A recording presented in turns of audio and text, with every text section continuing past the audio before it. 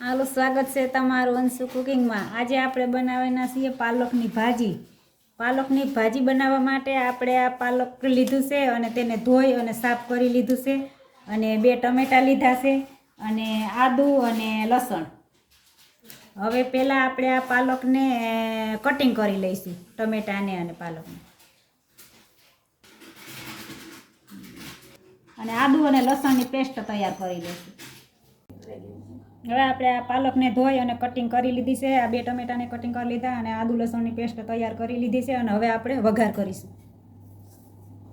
હવે એક તપેલું લઈશું, તેમાં 2 થી 3 પાવડા જેટલું તેલ ઉમેરીશું।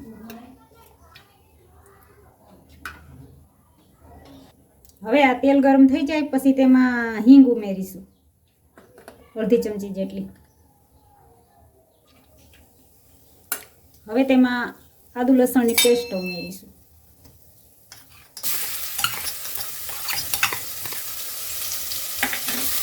હવે જે કટિંગ કરેલા ટમેટા છે તે ટમેટા ઉમેરીશું। હવે તેને મિક્સ કરી લઈશું।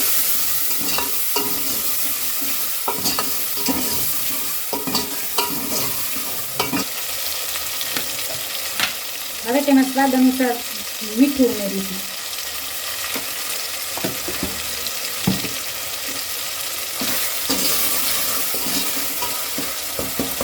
હવે આ ટમેટા ભૂંગાઈ જાય પછી તેમાં બધો મસાલો ઉમેરીશું।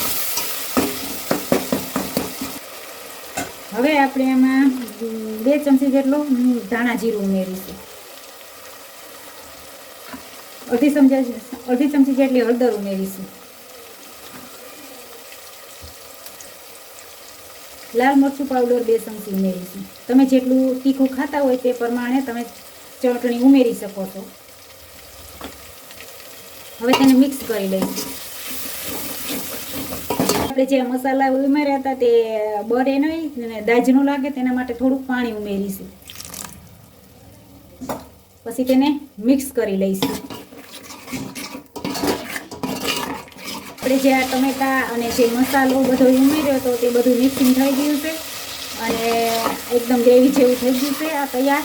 અને હવે આપણે એમાં જે પાલક ધોઈ અને સાફ કરીને રાખી હતી કટિંગ કરીને તે ઉમેરીશું।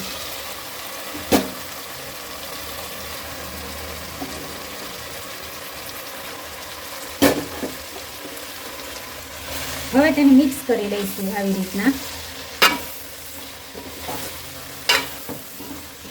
આ પાલક અને આ બધું મિક્સી મસાલો બધું મિક્સ થઈ ગયો છે। હવે આમાં આપણે અડધો ગ્લાસ જેટલું પાણી ઉમેરીશું। આમાં ભાજીમાં પાણી તો હોય છે એટલે ઝાઝું પાણી ઉમેરવાનું ના હોય। હવે આને 2 થી 5 મિનિટ ચડવા દઈશું ઢાંકણું ઢાંકી અને। હવે આપણે આને ઢાંકણું ઢાંકી અને 5 મિનિટ સડવા દઈશું। હવે આપણે 5 મિનિટ થઈ ગઈ છે તો આપણે જોઈ લઈશું કે પાલક સડી ગઈ છે કે નહીં। તો આપણે આ પાલક એકદમ રંધાઈ ગઈ છે અને પાલકની ભાજી તૈયાર થઈ ગઈ છે।